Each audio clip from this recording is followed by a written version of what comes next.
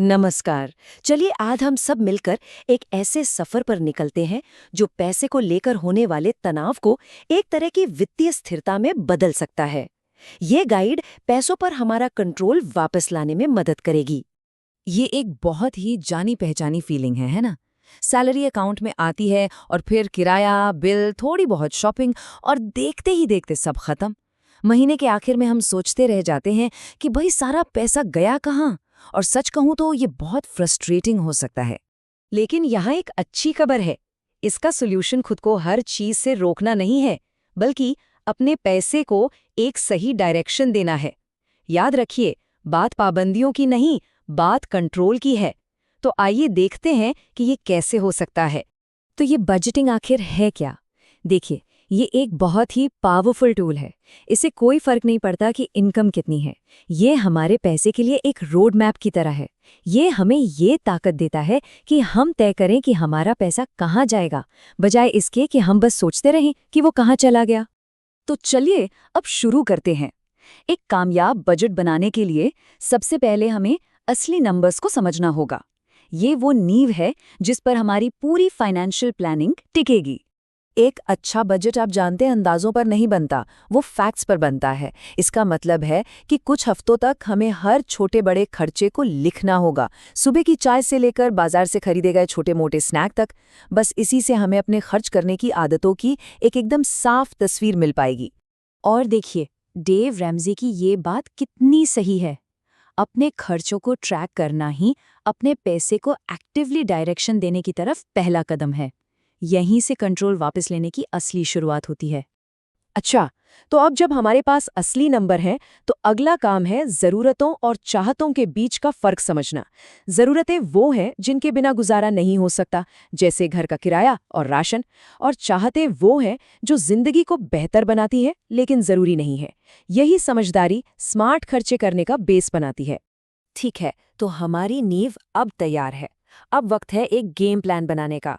इस स्टेप में हम अपनी सारी फाइनेंशियल जानकारी को एक एक्शन प्लान में बदलेंगे। वॉरेन बफेट का ये सिद्धांत बहुत ही महत्वपूर्ण है। इसका सीधा सा मतलब है, सबसे पहले खुद को भुगतान करें। मतलब सेविंग्स और दूसरे गोल्स को बाद के लिए छोड़ने के बजाय उन्हें पहली प्रायोरिटी दें। और इसी सोच पर आगे बढ़ते हुए अगला आइडिया है हर रुपए को एक काम देना। ये जीरो बेस्ड बजटिंग का कॉन्सेप्ट है। इसका मतलब ये कि आपकी इनकम के हर एक रुपए का एक मकसद तय होता है, चाहे वो बिल हो, बचत हो या कर्ज चुकाना हो, कुछ भी किस्मत के भरोसे नहीं छोड़ा जाता। ये बहुत दिलचस्प है कि बिना लक्ष्य के बजट सिर्फ एक ट्रैकिंग एक्सरसाइज बनकर रह जाता है। साफ, असली और लचीले फाइनेंशियल गोल्स होना बहुत जरूरी है। यही गोल्स हमारे बजट को एक दिशा देते हैं और हमें मोटिवेटेड भी रखते हैं। इसे ना एक रोड ट्रिप की तरह सोचिए। अगर पता ही नहीं कि मंजिल क्या है, तो हम कहीं भी नहीं पहुंचेंगे।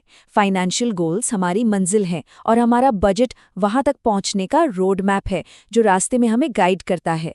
और हाँ, फाइनेंशियल फ्रीडम पाने के लिए कर्ज से निपटना, खासकर ज्यादा ब्याज वाले कर्ज से, एक बहुत जरूरी हिस्सा है। इसे बजट में प्रायोरिटी देने से भविष्य के गोल्स के लिए पैसा फ्री होता है और ब्याज पर होने वाला फालतू खर्चा भी कम होता है। एक अच्छा बजट सिर्फ रोज के खर्चों के बारे में नहीं होता, ये जिंदगी में आने वाली अचानक मुश्किलों के लिए तैयारी करने के बारे में भी है। तो आइए देखते हैं कि फाइनेंशियल लचीलापन कैसे बनाया जाए। ये बात जिंदगी के हर पहलू में सच है, और पैसों के मामले में तो खासकर। हमें उन खर्चों के लिए भी प्लान करना होगा जो रोज नहीं होते, लेकिन फिर भी तय हैं, जैसे किसी चीज का सालाना रिन्यूअल चार्ज या गाड़ी का मेंटेनेंस। तो देखिए, ये उन खर्चों को संभालने के लिए एक बहुत ही सिंपल लेकिन दमदार स्ट्रैटेजी है, जो बिना प्लानिंग के हमारे बजट को पटरी से उतार सकते हैं। हर महीने थोड़ी सी रकम अलग रखकर जब बिल चुकाने का समय आता है, तो कोई तनाव नहीं होता। अब बात करते हैं उन घटनाओं की जो सच में अचानक आती हैं। एक इमरजेंसी फंड एक बड़े संकट को एक मामूली सी मुश्किल में बदल सकता है, और 50,000 रुपए जैसे एक छोटे लक्ष्य से शुरुआत करना एक शानदार तरीका है। बिल्कुल, और ये बात इस तैयारी के महत्व को और भी पक्का करती है। एक इमरजेंसी फंड बनाना हमारी फाइनेंशियल सफलता और सुरक्षा की तैयारी का एक अहम हिस्सा है। ये पक्का करता है कि अचानक आने वाली परेशानियां सिर्फ परेशानियां बनकर रह जाएं, आपदाएं नहीं। चलिए अब हम आखिरी और चौथे कदम पर चलते हैं। ये उन आदतों के बारे में है जो लंबे समय तक हमारी फाइनेंशियल स्टेबिलिटी को बनाए रखती हैं। यहाँ कुछ बहुत ही प्रैक्टिकल रणनीतियाँ हैं जिन्हें रोजमर्रा की जिंदगी में आसानी से लागू किया जा सकता है। बिजली के बिलों में थोड़ी कटौती करना या छोटी मोटी मरम्मत खुद करना सीखने जैसी आदतें लंबे समय में अच्छी खासी बचत करा सकती हैं। तो सबसे ज़रूरी बात जो हमें याद रखनी है वो ये है कि बजट कोई एक बार का काम नहीं है। ये तो एक लिविंग डॉक्यूमेंट है जिसे हमारी ज़िंदगी के साथ साथ बदलना चाहिए। इसे असरदार बनाए रखने के लिए इस पर लगातार ध्यान देने की ज़रूरत होती है। और इसके लिए यहाँ एक साफ शेड्यूल है। शुरुआत में हर महीने रिव्यू करना ज़रूरी है। जैसे जैसे सिस्टम सेट होता जाए आप हर 3 महीने में एक बार रिव्यू कर सकते हैं। इससे ये पक्का हो जाएगा कि हमारा बजट हमेशा जिंदगी की हकीकत से जुड़ा रहे। अंत में ये सब कुछ इसी एक विचार पर आकर टिकता है। बजट सिर्फ नंबरों का हिसाब किताब नहीं है, ये अपने फाइनेंशियल फ्यूचर की कहानी खुद लिखने जैसा है।